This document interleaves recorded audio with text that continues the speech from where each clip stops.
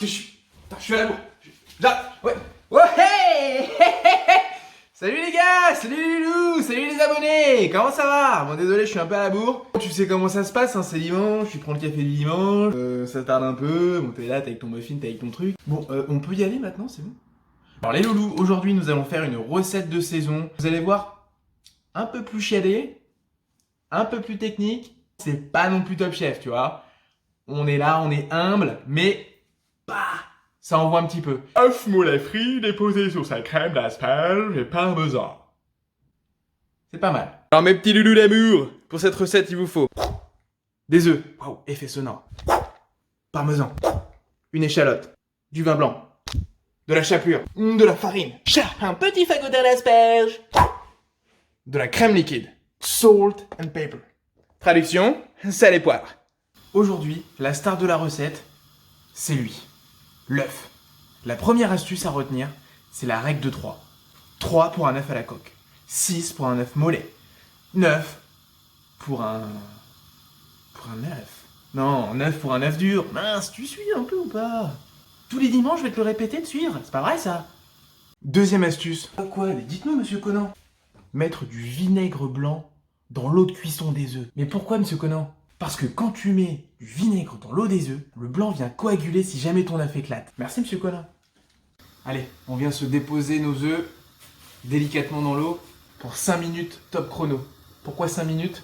Comme on va les faire frire juste après, il faut vraiment qu'il y ait 5 minutes pour que la dernière minute qui reste et qui reste mollet soit nickel.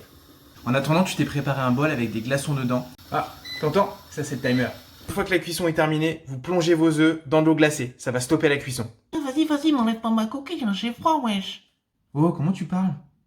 T'inquiète, tu vais t'enlever ta coquille, ça va te calmer. Partie technique de la recette, tu viens écaler tes œufs dans l'eau bien glacée. Et si t'as mis assez de vinaigre blanc, normalement, ta coquille est bien détachable.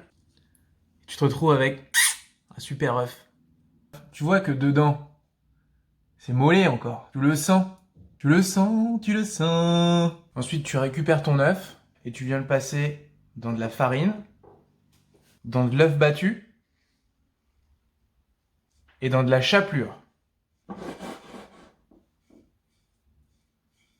Le mieux, c'est de le faire 2 fois. Comme ça, tu as une belle chapelure bien croustillante. Et préalablement, je l'ai salé et poivré ma chapelure. Toujours l'assaisonnement. On passe aux asperges. Regarde-moi ça. Ah beau ça? Produit de saison.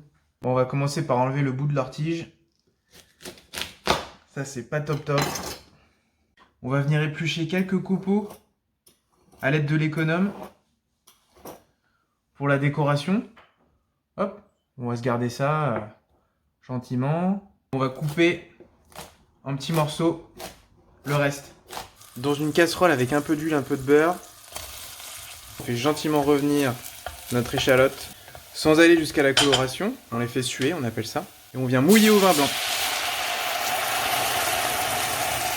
Et ensuite, tu laisses comme ça, à feu doux, tranquille, jusqu'à évaporation du vin blanc.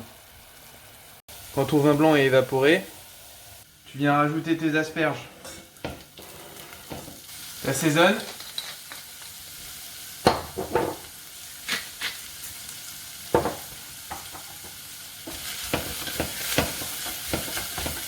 Et tu viens mouiller à hauteur avec de l'eau. Ouh, si t'es malinois, t'as ton petit bouillon derrière les fagots. Inspecteur Conan, police des cuisines. Surtout, ne mettez que de l'eau. Le bouillon, ça va saler ta crème. Et ça, tu vas l'apprendre un peu plus tard dans la vidéo. À votre service.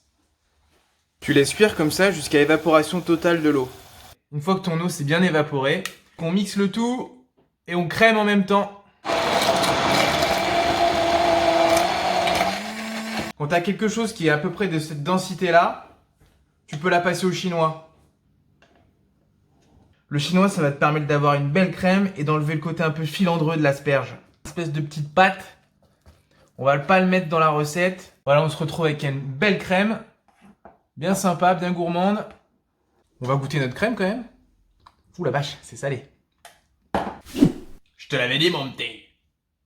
Ouais, vous avez raison, inspecteur. Un peu trop salé. Du coup, troisième astuce, qui est arrivé inopinément lors de cette recette. Quand t'as trop salé une crème, une sauce, un plat, tu balances des pommes de terre crues dedans. Si tu laisses une bonne heure, la patate va venir absorber tout le sel et ce sera gagné. On va pouvoir attaquer la cuisson des œufs. C'est parti. Préalablement, je me suis préparé une assiette avec un petit peu de sopalin pour éponger les œufs. Tu prends ta poêle dans laquelle tu as mis de l'huile, t'attends que ça soit bien chaud et allez, on fait dorer sur toutes les faces rapidement. Quand c'est bien doré, hop, tu viens déposer sur ton papier absorbant. Allez, on passe au dressage. On dépose un peu de crème d'asperge au centre de l'assiette. Notre œuf. Quelques petites pointes d'asperges qu'on avait préparées au préalable. Alors on y va un peu en folie, on freestyle. Un peu de parmesan. Et voilà. Yeah.